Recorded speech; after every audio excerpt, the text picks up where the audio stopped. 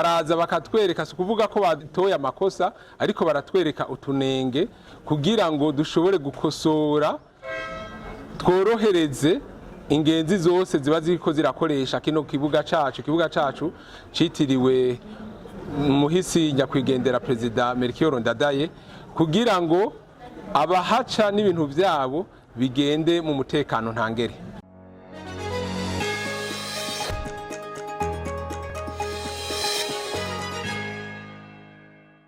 Ntumbero y'iyi nama kwari ugusuzuma aho ingingo zafatiwe mu nama ya 48 yabereye i Kampala mu Buganda aho zigeze kugira ngo tworoshobore korohereza uruja n'uruza rw'abiyunguruza bakoresheje indege hamwe n'ibintu vyabo.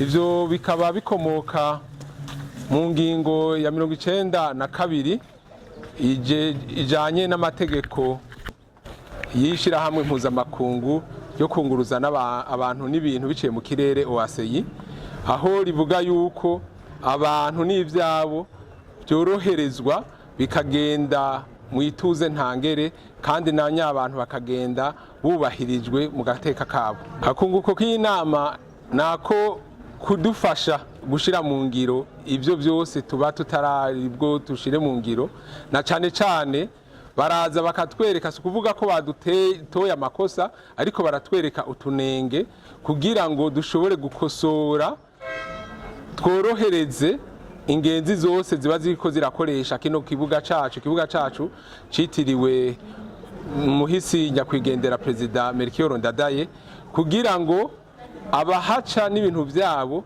bigende mu mutekano ntangere. Ariko hariho n'ivyatugoye.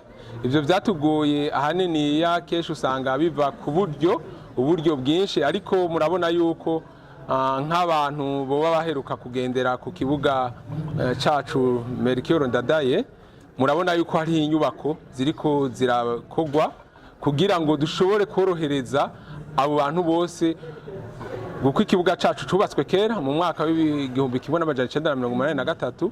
Rero hiyunguruza abantu bake cane, ariko ubu baba barigweje ku nciro zishika 20. Rero nico ituma tuguma turiko turasanura twubaka twagura kugira ngo abantu bashobore kuronka aho bicara, bashobore kuronka aho bahagarara, bashobore gukorera imirimo yabo ya misi yose bari bumva ko bamerewe neza.